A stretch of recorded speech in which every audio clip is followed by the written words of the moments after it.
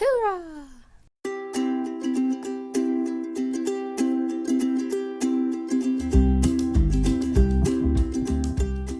Hello, I'm Zaccura and welcome back to my channel, and in today's video I am going to be reviewing the Winsor and Newton drawing inks. Yay! And look, daylight! Haven't you guys been missing some daylight? Yeah, me too. And also I gave Toto a break, finally. Not for long though. Anyway, so I got these inks for Christmas as a Christmas present, and I already used them once in an earlier video, but in that video I did say that I was planning on making a review video about these inks. So I already opened the box before, but I decided to put them back inside so you guys could see the whole thing. So I have one of the 8-pack sets. I believe there are 2 different 8-pack sets. Anyway, the one that I have is called the Henry Collection Pack. There's also a William Collection Pack that I've seen. And so in the Henry Collection Pack, the one that I have, it comes with 8 colors. Comes with black India ink, nut brown, scarlet, blue, canary yellow, orange, violet, and emerald. And after I opened up the boxes, the first thing I did was I put them all down onto a piece of watercolor paper to see how all the colors look. Kind of like a palette, but you know, not very nice as you can see. It's kind of all over the place. One thing I realized is that the scarlet, which is the supposed red of this pack, is really more of a pink. It's a very vibrant pink, to be honest. But I found that if you blend the pink with the orange, it does looks like a good red, very vibrant red. So yeah, no problems there. So for this illustration, I took a scrap piece of watercolor paper. It's still a reminiscent clipping from one of my Inktober drawings, which I have mentioned numerous times. I've done numerous videos that had clippings of the large watercolor paper that I used for some of my Inktober drawings. And this piece was kind of like rectangular, so I decided to try and take up that space by putting her hair, drawing this girl with her hair like flying upwards. In my head, she's like falling down and that's why her hair is up, but it could also just be that her hair is just that filled with gel. Anyway, so what I'm doing here is I'm lining it out with a Pigma Micron, and the reason I'm using a fine liner rather than my quill pen with India ink, like my go-to shebang, is because I noticed that these inks dissolve India ink slightly. When I did that previous illustration in the last page of my sketchbook for my New Year special video, I lined that all out with my quill pen with Speedball India ink.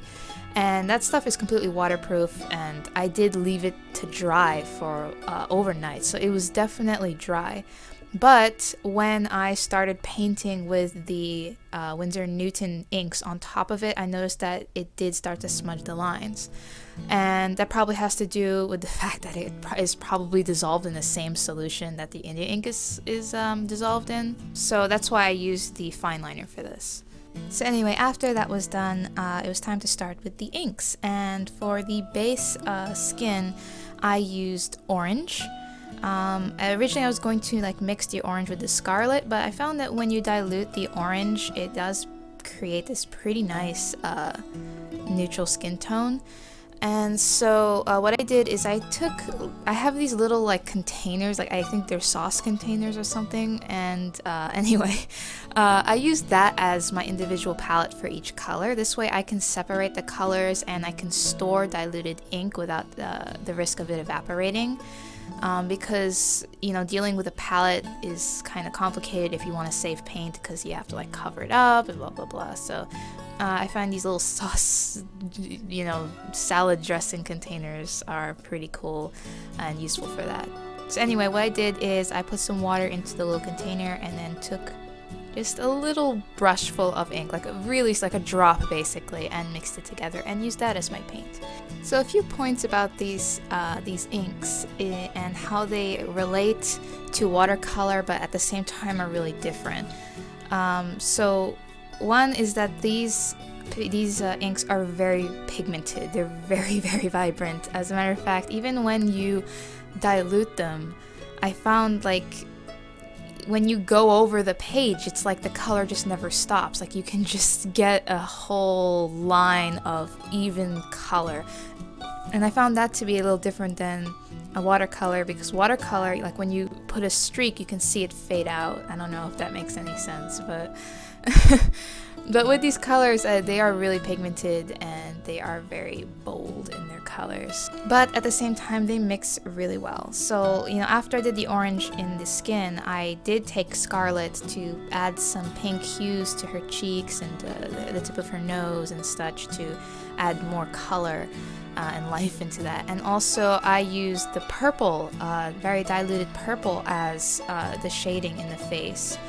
And by the way, the purple is probably my favorite color out of this set. I love the purple. It's such a pleasant color, and it is a awesome, when you dilute it, it is such an awesome shading color, like for everything, because these are translucent, obviously.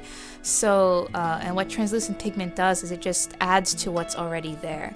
And when you just add just that little tinge of purple in there, it just creates such a nice, pleasant shadow. It's awesome. So when I was actually looking into getting these inks, because I did actually want to get drawing inks for a while, I was trying to figure out like what's the difference between drawing inks and you know, liquid watercolors, because they're both very vibrant, they both dissolve in water, and they both come in liquid format. So what's the difference? And so the difference, at least the main difference that I can say, because I actually don't have any liquid watercolors, so I can't really speak like total difference, but at least what I can say, the difference between these inks and normal watercolors is when watercolor dries, it can still be reconstituted. So for example, if you use it on a plastic palette, you can just let it dry, and then later if you want to reuse that paint, you just drop a couple of drips of water and boom, you have your paint back. You cannot do that with these inks. When these inks dry, they are, I don't want to say waterproof because they don't say waterproof on them. I know that India ink is waterproof, black India ink, but these drawing inks aren't waterproof. But they are water resistant in the sense you cannot reconstitute it to reuse it as your paint again once it's dry. And they also dry fairly quickly. So you could say, I would say that they're kind of like the impatient person's watercolor, because they are translucent, you still have to put on layers in order to get the vibrancy and the colors that you need. But because those layers dry so quickly, you can really start adding in a lot of colors and a lot of layers. You can just keep painting. You never have to stop painting and wait and be like, oh, I have to wait for my paint to dry. No, it's like pretty much already dry. Now the downside of this is that you have to work pretty quickly, because especially if you're working with like wet on wet techniques, where you do want to spread out the color a lot on the paper or mix colors on the paper, you have to work pretty quickly, because once they dry, they're dry and you can't reconstitute it.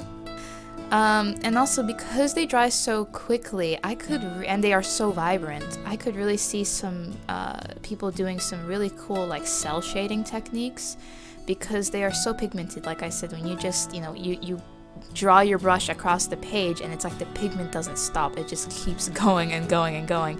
So you could get some really nice blocky solid colors with like cell shading shadows and such, and I think that would be really cool, especially if any of you do like manga anime style artwork, and maybe you don't want that super shaded look that watercolor can give you. Maybe you want it to be blocky. So yeah, I'd say that these would work pretty cool.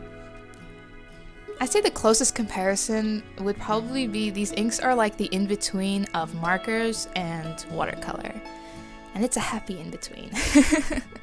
They're really fun to work with. I quite enjoyed working with them. Another thing that I really liked was that I was able to use complementary colors, and that was something that I mentioned in my Prismacolor pencil review video, also a product review video. But complementary colors are basically colors that are opposite on the color wheel, and if you use them next to each other, they fight for space. So if you use like purple as the shading for like orange-ish skin, then those shadows will really pop.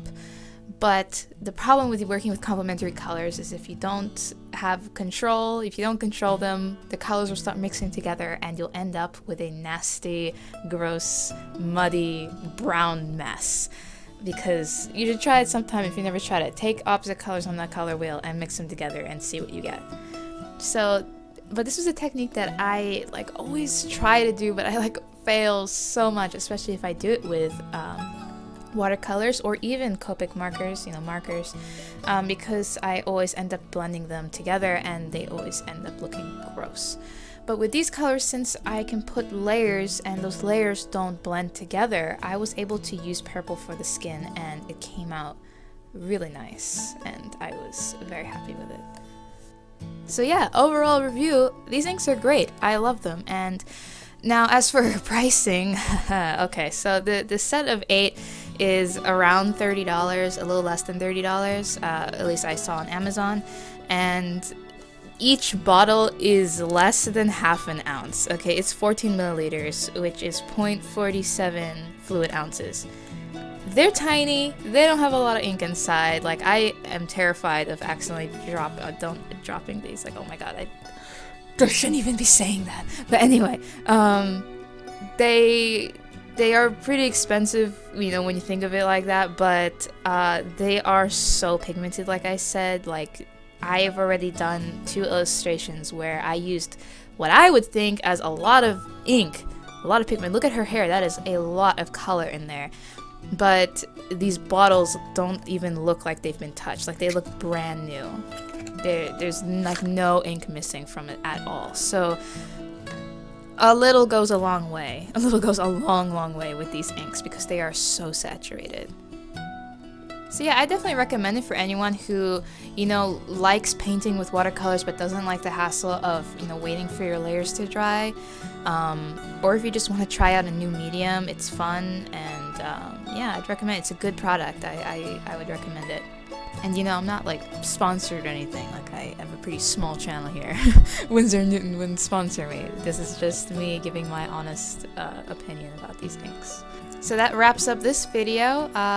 Thank you guys so much for watching. If you enjoyed it, found it useful or entertaining in any way, please be sure to give it a thumbs up and subscribe if you haven't already so you don't miss out on upcoming videos. I post new videos every week. I'd love to hear your guys' comments. Have you ever used this product? What did you think about it? If you did, how did you like this illustration? I went with that galaxy effect again. And yes, and until next time, stay awesome, stay inspired, always. See ya!